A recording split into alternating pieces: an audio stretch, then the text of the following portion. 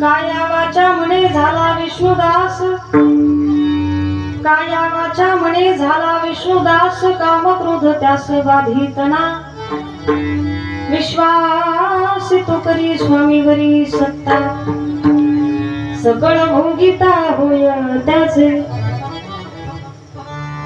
तुका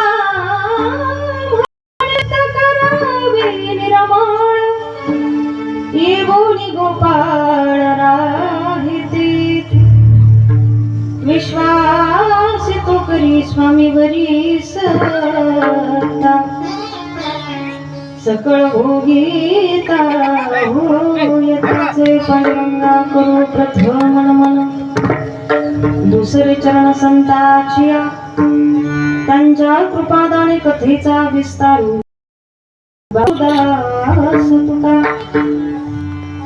ज्ञानशं ज्ञानमूर्तिं च साक्षात् प्रेम स्वरूपिणीं,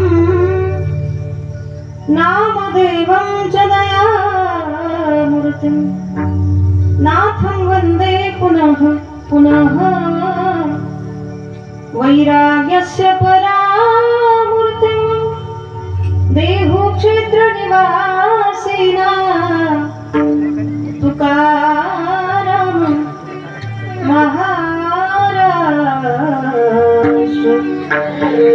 भक्तराज चतुष्टकं, नमो ज्ञानेश्वरा, नमो ज्ञानेश्वरा, निवृत्ती उदारा सोपान देवा, मुक्ताबाई नमो त्रिभुवन पावनी, आद्यत्रय जननी देवाचे, गंगा विशुद्धं नितपाद स्पर्शं, सर्वविष्टितं निमितं पुण्यस्थानं,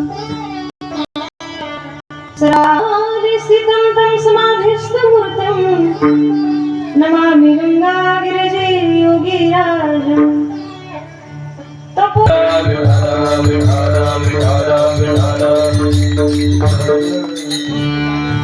काया वाचा म्हणे झाला विष्णुदास, काम क्रोध त्यास बाधितना, विश्वास तो करी स्वामीवरी सत्ता, सकळ भोगिता होय त्याचे, प्रस्तुत प्राप्तस्थळी प्राप्त प्रसंगी. आता एका जागेवर उभं राहिलं तरीच आहे, कोणी जाऊ येऊ करू नका, वळवळ करू नका, आणि त्या जागेवर शांत स्थितीमध्ये उभे राहा. विठ्ठल विठ्ठल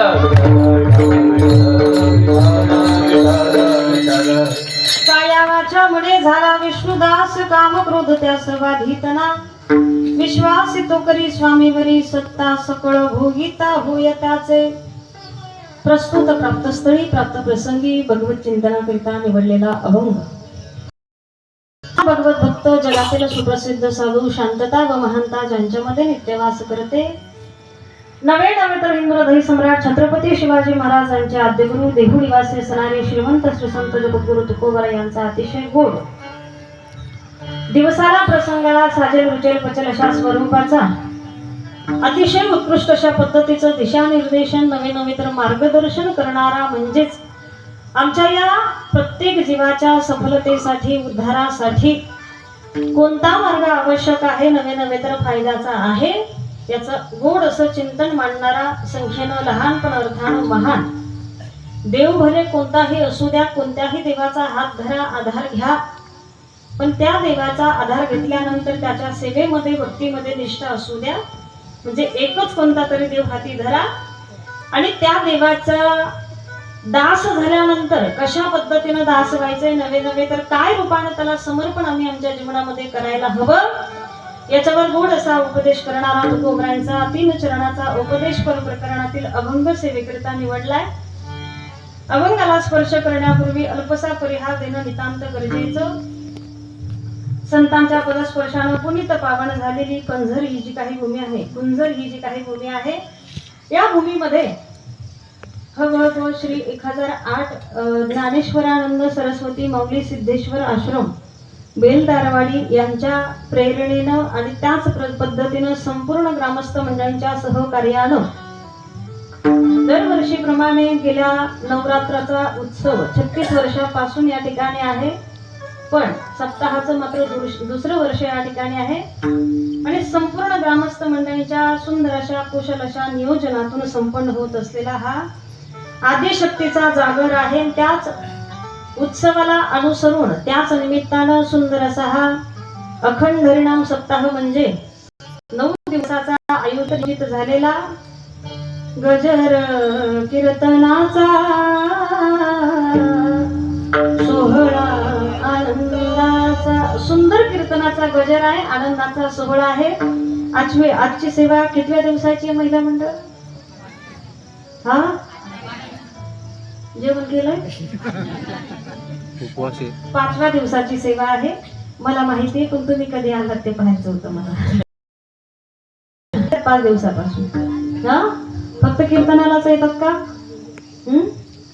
हरिपाठ काकडा मला विशेष सूचना देण्यात आली आहे ताई काकड्यांसाठी जरा आमच्या महिला मंडळींना आग्रह करा मध्ये काय होतं 6-7 दिवस काय असेल नसेल तो उत्सव जेवढे दिवस आहेत तेवढा आदिशक्तीच्या नावानं ही मनोभावे अंतकरणापासून मनापासून ही सेवा आम्हाला तिच्या चरणी जर सुपूर्द करायची आहे कारण सगळ्या संतांना या आदिशक्तीची उपासना आपल्या जीवनामध्ये करून अगदी ताकदीचं बळाचं शक्तीचं वरदान मागून घेतलेलं आहे. मग तेच वरदान आम्हालाही जर हवं असेल तर जेवढे कार्यक्रम या सप्ताहामध्ये नियोजित केलेले आहेत त्या सगळ्याच कार्यक्रमाला भरपूर असा प्रतिसाद कमीत कमी ग्रामस्थ मंडळी पाहिजे असा कार्यकर्त्यांचा आग्रह या ठिकाणी आहे आणि त्यांचा असलेला निरोप मी तुमच्यापर्यंत पोहोचवण्याचं काम या ठिकाणी करते.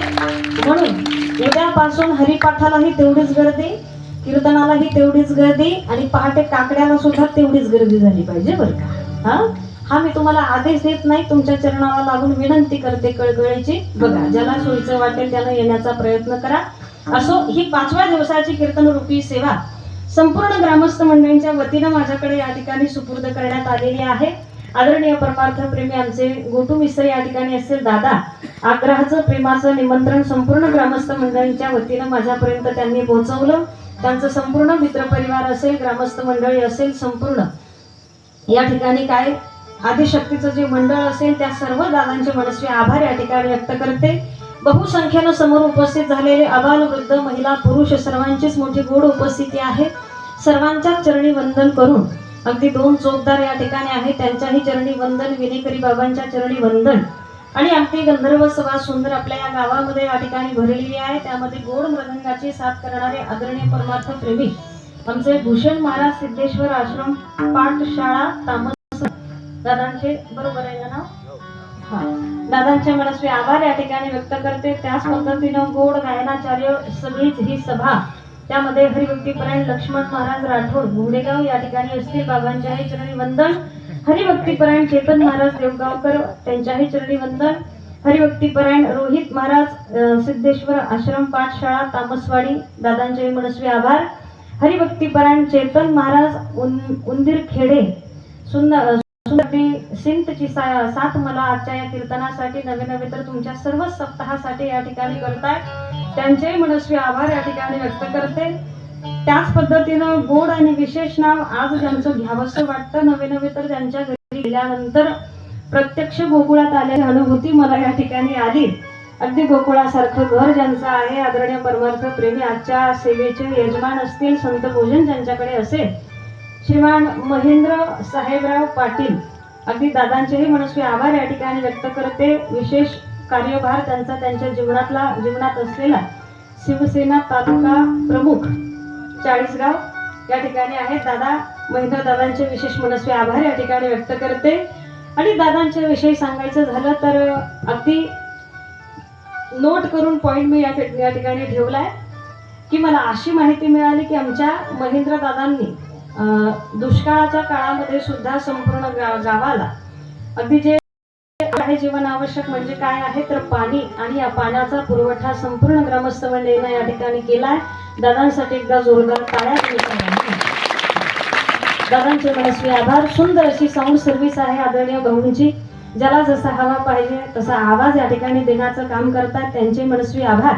आणि माझ्यासोबत आलेले माझ्या प्रत्येक कीर्तनाला ज्यांच्या गोड मृदंगाची साथ असते असं आमच्या छत्रपती संभाजीनगर जिल्ह्याचं असलेलं वैभव आदरणीय जयहरी महाराज निंबाळकर, त्यांचे व्यक्त करते।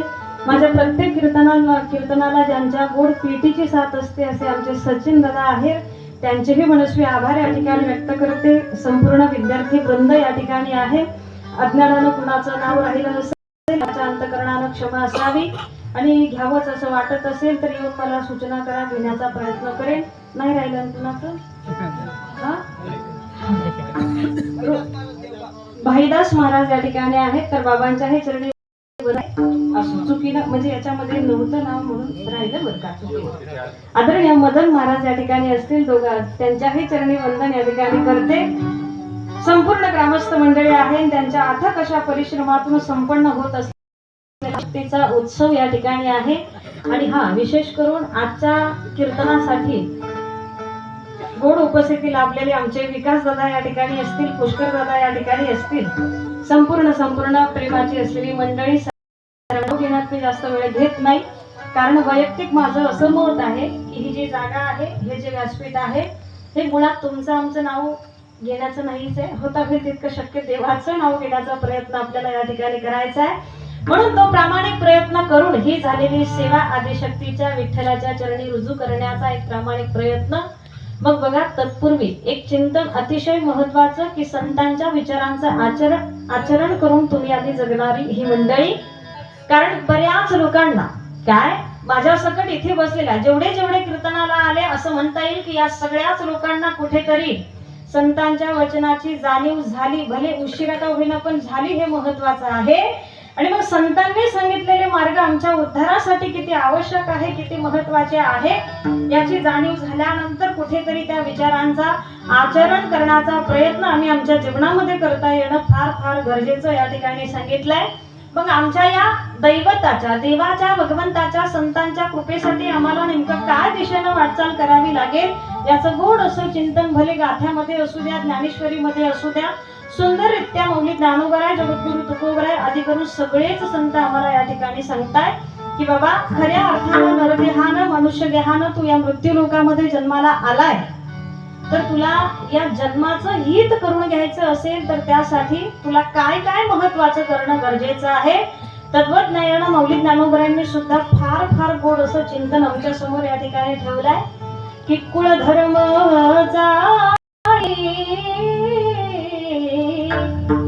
विधी निषेध पाळी, मग सर्व सुखे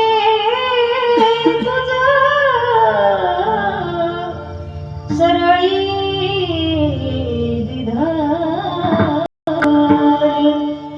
कुळधर्म चाळी विधी निषेध सुखे तुझं सरळी दिदली। मौलिक ज्ञानोबरांच्या केलेल्या वर्णनाप्रमाणे कधी काळी आम्ही हा विचार केलाय का, तर कुलधर्माचं पालन करत जीवन जगा, तुला सुखापर्यंत नाही तर सुख तुझ्यापर्यंत चालत येतंय। गोड असं महत्त्वाचं मौलिक ज्ञानोबरा आमच्या समोर ठेवतायत। आणि मग कुठेतरी याच ओवीचा विचार पहिला संत नामदेव महाराजांनी आपल्या जीवनामध्ये केलाय आणि देव कार्य म्हणजे कुलधर्माचं पालन करण्यासाठी आपल्या जीवनामध्ये विचार या ठिकाणी केलाय. आता सुखाची प्राप्ती व्हावी यासाठी हे देव कार्य आमच्या जीवनामध्ये होणं गरजेचं आहे, म्हणजे या कुलधर्माचं पालन आमच्या जीवनामध्ये होणं गरजेचं आहे.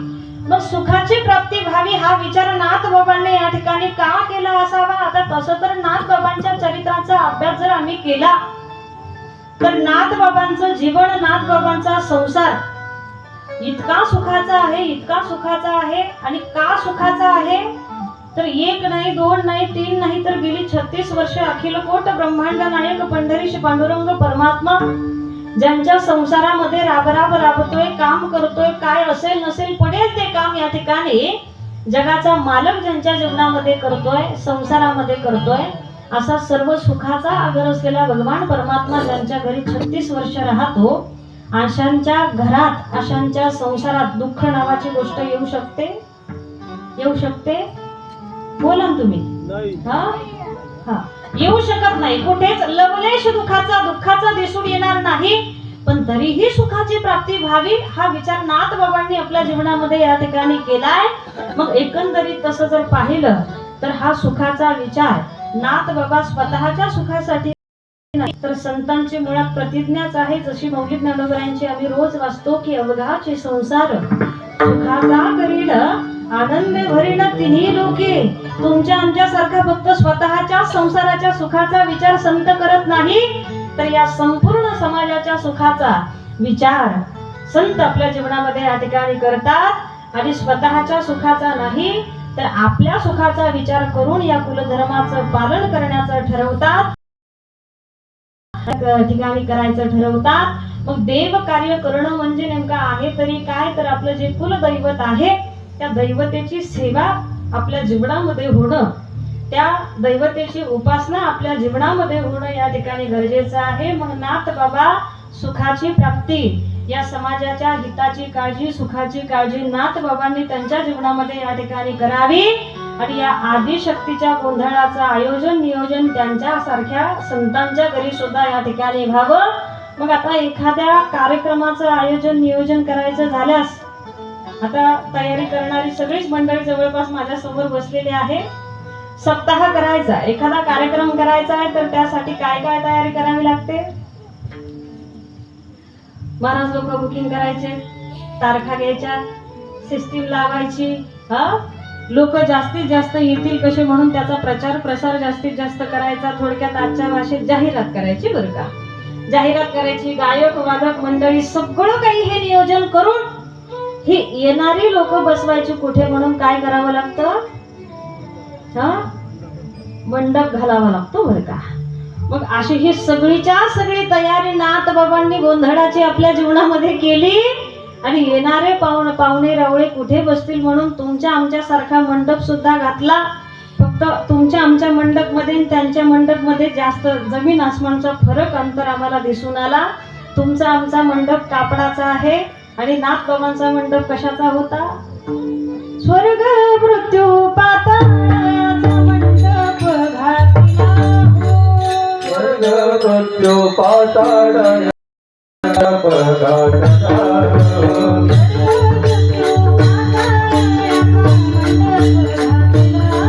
Oh,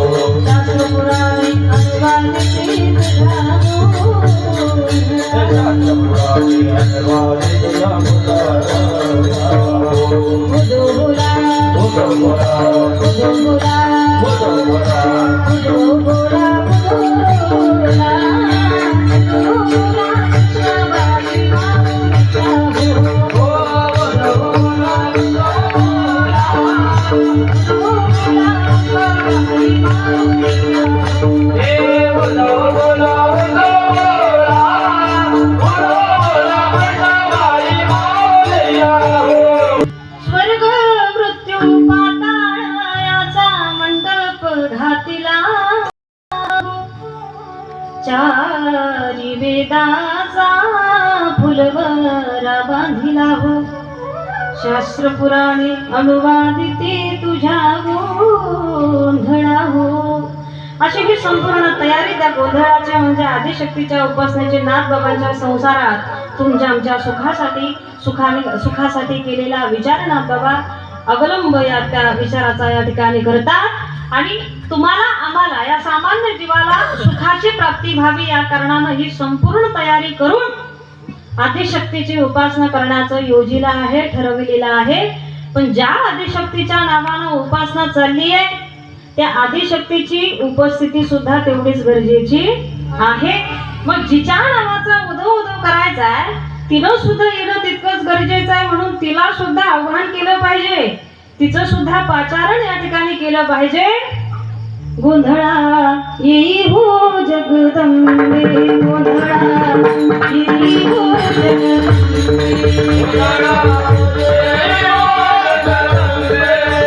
नाथबाबा त्या आदिशक्तीचं पाचारण करतायत, तिला आव्हान करतायत. आदिशक्ती तुझ्या नावानं जर आमच्या या ठिकाणी चाललाय, आमच्या घरी या ठिकाणी एवढी सुंदररित्या गोंधळाची तयारी करून आम्ही हा कार्यक्रम नियोजित केलाय, तर तुझं येणं सुद्धा तितकंच गरजेचं आहे. कारण तिची कृपा, आदिशक्तीचं येणं म्हणजे सामान्य येणं नाहीये, प्रत्यक्ष शक्तीचं असलेलं प्रतीक म्हणजे माझी आदिशक्ती आहे. आनंदाचं प्रसन्नतेचं प्रतीक म्हणजे माझी आदिशक्ती या ठिकाणी आहे. असा हा आनंद, अशी ही प्रसन्नता, अशी ही ताकद, अशी ही शक्ती आणि बळ आम्हाला हवं असेल तर तिची उपासना आमच्या जीवनामध्ये होणं तितकंच गरजेचं या ठिकाणी आहे. मग या आदिशक्तीला काय, आदिशक्तीचं पाचारण केलं, तिला आव्हान केलं, ठीक आहे. पण ही आदिशक्ती नेमकी एरवी असलेल्या काळामध्ये काय रूपानं वास करते, तर कुणाला आदिशक्तीच्या स्वरूपात या ठिकाणी सकल संत पाहतात. संतांची नजर फार गोड आहे, संतांची दृष्टी फार सुंदर आहे बरं का. काय, पंढरपूरचा विटेवर असलेला जो पांडुरंग परमात्मा आहे त्या पांडुरंगालाच आदिशक्तीचं स्वरूप मानणारी आमच्या संतांची दृष्टी या ठिकाणी आम्हाला दिसून येते. म्हणून मौली ज्ञानोबर आहे त्या पांडुरंगालाच आदिशक्तीचं स्वरूप म्हणून स्वतः आणि तिला आग्रह करतात, तिच्याकडे विनवणी करतात. तू विटेवरी सखये बाई हो करी कृपा, सावळे सुंदरी बाई हो करी कृपा, माझे मन लागू तुझे पायी हो करी कृपा, लावण्य मनोहरी हो करी कृपा, धर पुरा राहिली डोळा पाहिली संत देवी करुणी खाली वसुंधरे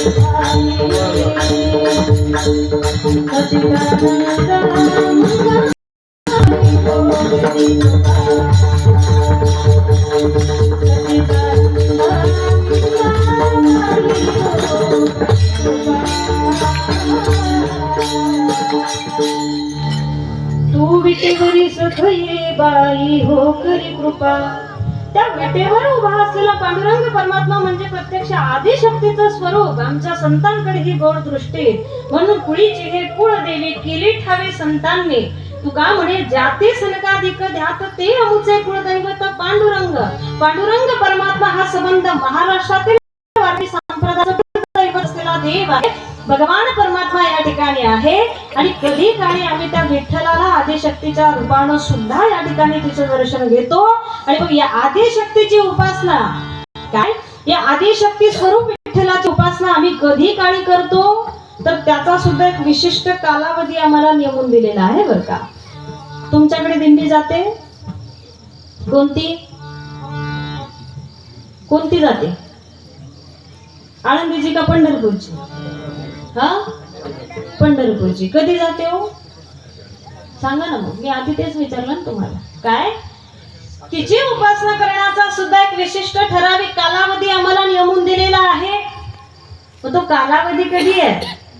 आषाढी कार्तिकी तुझ्या गोंधळाची दाटी हो, पुंडलिक दिवाटा शोभे वाळवंटी हो, एका जनार्दनी अंबा उभी कर ठेवोनी कटी हो. बोला उदो बोला उदो बोला उदो बोला कृष्णाबाई माऊलीचा हो. उदो बोला तुम्ही 3 दिवस हे प्रमाण ऐकून बोर तर नाहीत का जरा? आदिशक्तीची उपासना आमच्या जवळ, कारण तिचं येणं सामान्य नाहीये.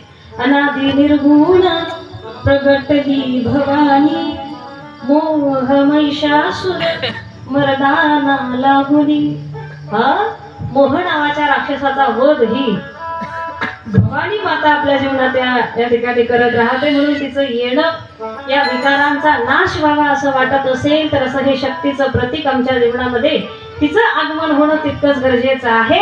मग संतांच्या दृष्टीने जर आम्ही पाहू गेलो, थोडा वेगळा विचार केला तर या ठिकाणी तो विटेवर उभा असलेला विठ्ठल सुद्धा आमच्या नजरेनं आदिशक्तीचं स्वरूप या ठिकाणी आहे. आणि मग तो विठ्ठल पांडुरंग परमात्मा म्हणजेच विष्णूचाच अंश या ठिकाणी आहे. अशा पद्धतीने आपल्याला संगती या ठिकाणी लावायची आहे. आदिशक्तीचं स्वरूप हा विठ्ठल आहे. विठ्ठलाचं रूप हे सुद्धा विष्णूचाच अवतार आहे, विष्णूचाच अंश या ठिकाणी आहे. मग आग्रहपूर्वक माझे तुकोबराय आम्हाला या ठिकाणी सांगताय, बाबा मृत्यू लोकामध्ये मानवी देहानं तू जन्माला आलाय. खऱ्या अर्थानं तुला जर तुझा व्यापार सफल करून घ्यायचा असेल, तुझी येरझाळ तुला खऱ्या अर्थानं संपवायची असेल, परत परत जन्म परत परत मरण या भानगडीत जर परत पडायचं नसेल तर आता जन्माला आलाय ना, तर याच जन्मामध्ये भक्ती कर, नाम घे, साधना कर, परमार्थ कर आणि या आध्यात्मिक मार्गानं तुझ्या जीवनाची वाटचाल तू सोपी या ठिकाणी करून घे. एकदा का मुक्त झाला, परत परत जन्मन परत परत मरण या भानगडीत पडायचं तुला काम राहणार नाही. भक्ती करण्याचा, कुण्यातरी एका देवाचा हात धरा, आधार घ्या, हा गोड आग्रह माझे तुकोबराय या ठिकाणी करतायत. पण मग आता तुकोबराय समोर, माझ्या समोर जशी बसलेली आहेत तशीच अनेक प्रकारची लोक बसलेली होते. मग त्यातून एक जण उठला तुकोबरायांना विचारू लागला, का हो तुकोबराय, तुम्ही आम्हाला कोण्यातरी एका देवाचा दास व्हा असा आग्रह करतायत, पण आमची एक अडचण आहे. काय अडचण आहे? आमच्याकडे देव तितके झाले, नेमकं कोणत्या देवाचा दास व्हावा हे कळत नाही. किती देव झाले तुमच्याकडे? किती आहेत? खानदेशाचा आहे ना हा? खानदेश मध्ये देव किती सांगा? तुम्ही काय नाराज आहेत का माझ्या? बोला ना. देव किती आहेत? मिनिटाला जरी देव बदलला तरी देव संपत नाही. वार बदलला की देव बदलणारी आम्ही लोक, आमच्याकडे देव इतकी झाली. आणि मग त्या अनेक देवांपैकी दास कुणाचं व्हायचं हा तर गोंधळ आहेच. पण देवाच्या भक्तांनी सुद्धा एक वेगळाच गोंधळ आमचा करून दिलाय. कारण देवाचे भक्त, कुणी देवाचे भक्त वर्णन करतात एक एकटाचे असोनी एकला, तर कुणी देवाचे भक्त असंही वर्णन करतात, तुझ सगुण म्हणू की निर्गुण रे, तुझ सगुण म्हणू की निर्गुण रे. सगुण आणि निर्गुण दोन स्वरूपाचे वर्णन करणारे काही देवाचे भक्त आमच्या समोर त्याचं असलेलं चिंतन ठेवताय. कुणी म्हणताय अंब ऋषी कारणे जन्म 10 घेतले, 10 अवताराचा मानणारा काही देवाचा भक्त परिवार त्यांचं मत आमच्या समोर ठेवतोय. कुणी म्हणताय हरी अनंत, हरी कथा अनंत, अनंत अवतार घेसी भक्ता कारणे. मग कुणी 1 अवतार म्हणताय, कुणी 2 अवतार म्हणताय, कुणी 10 अवतार म्हणताय, तर अवतार घेणारा आमचा देव आहे. मग तुकोबराय इतक्या अनेक प्रकारचं मत जर आमच्या समोर या देवाच्या बाबतीत असेल तर कोणत्या मताला आम्ही प्राधान्य द्यायचं आणि या अनेक देवांपैकी कोणत्या देवाचं दास आम्ही जीवन जगत करायचं या बाबतीत जर आमचा गोंधळ झालाय तर तुकोबराय म्हणतात गडबड करू नका, मुळात म्हणजे गोंधळच करू नका. आणि या ठिकाणी मी जर तुमच्यामध्ये आलोय तर माझा मुख्य उद्देश काय आहे? समाजाचा झालेला गोंधळ सोडवणं हेच कारण मुख्य संतांच्या येण्याचं आहे बरं का. येथे उपकारासाठी आले घरच्या वैकुंठी, गोंधळलेला समाज आहे. या समाजाचा गोंधळ सोडवण्यासाठी प्रत्यक्ष देव हा संत रूपाने या मृत्यूलोकामध्ये अवताराला येतोय आणि तेच महान कार्य माझे तुकोबराय सुद्धा त्यांच्या जीवनामध्ये करतायत. ठीक आहे, अनेक प्रकारचं मत तुमच्या समोर आहे, पण या अनेक प्रकारच्या मताचं मी तुम्हाला सुटसुटीत असं उत्तर या ठिकाणी देऊन जाईल. बघा, अनंत अवतार घेणारा भगवान परमात्मा मुख्य आहे, प्रमुख आहे. त्या भगवंताचं नाव विष्णू असं या ठिकाणी आहे. आणि मग तो अवताराला आला तर त्याचंही कारण सांगितलंय की यदा यदा ही धर्मस्य भारत, म्हणजे धर्मावर, भक्तांवर, देवा संतांवर जेव्हा संकट येतं त्या संकटाचं निरसन करण्यासाठी भगवान विष्णूनं अवतार कार्य या ठिकाणी केलाय. मग तो कधी राम रूपानं येतो, कधी कृष्ण रूपानं येतो आणि कृष्ण चालून पांडुरंग परमात्मा पणाचा असलेला विठ्ठल या ठिकाणी होतो. मग तुम्ही रामाचे दास झालात काय अडचण नाही, कृष्णाचे दास झालात काय अडचण नाही, किंवा विठ्ठलाचे दास झालात तरी काय अडचण नाही. आता तुम्ही म्हणाल ताई नवरात्र चालू आहे, आता सध्या तरी आम्ही कुणाचे भक्त आहोत?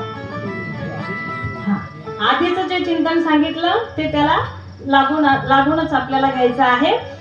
विटेवर उभा असलेला पांडुरंग परमात्मा जो आहे त्यालाच आदिशक्ती या नजरेनं संत जर या ठिकाणी पाहतात तर नवरात्र उत्सवामध्ये त्याच विटेवरच्या विठ्ठलाचे आदिशक्ती रूपाने आम्हाला उपासना आमच्या जीवनामध्ये या ठिकाणी करायची आहे.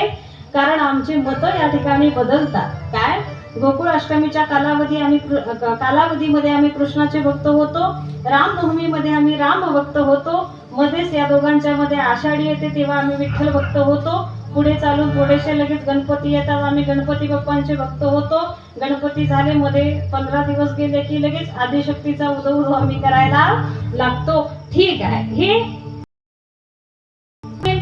नेमून दिलेले आहे देवानं. ही दैवता आहे, म्हणजे वेगवेगळं खातं या संपूर्ण देवांकडे प्रमुख असलेला भगवान विष्णू आणि त्याने नेमून दिलेली ही खाती आणि त्या खात्याचं तिथे रक्षण करता म्हणून या भगवान विष्णूनच ही वेगवेगळी अवतार धारण या ठिकाणी केलेली आहे. मग अशा स्वरूपानं भगवान विष्णू हा मुख्य आणि प्रमुख देव आहे आणि त्या विष्णूचीच ही वेगवेगळ्या पद्धतीने अवतार आम्हाला या ठिकाणी दिसून येतात. मग रामाचे, कृष्णाचे, विठ्ठलाचे, आदिशक्तीचे, गणपतीचे, हनुमंतरायाचे कुणाचेही दास झाला तरी अडचण नाही. फक्त दास व्हा एवढा मोठा आग्रह गोड तुकोबराय आमच्याकडे या ठिकाणी करतात. ठीक आहे तुकोबराय, तुमच्या म्हटल्यानुसार आम्ही आता विष्णूचं, विठ्ठलाचं, रामा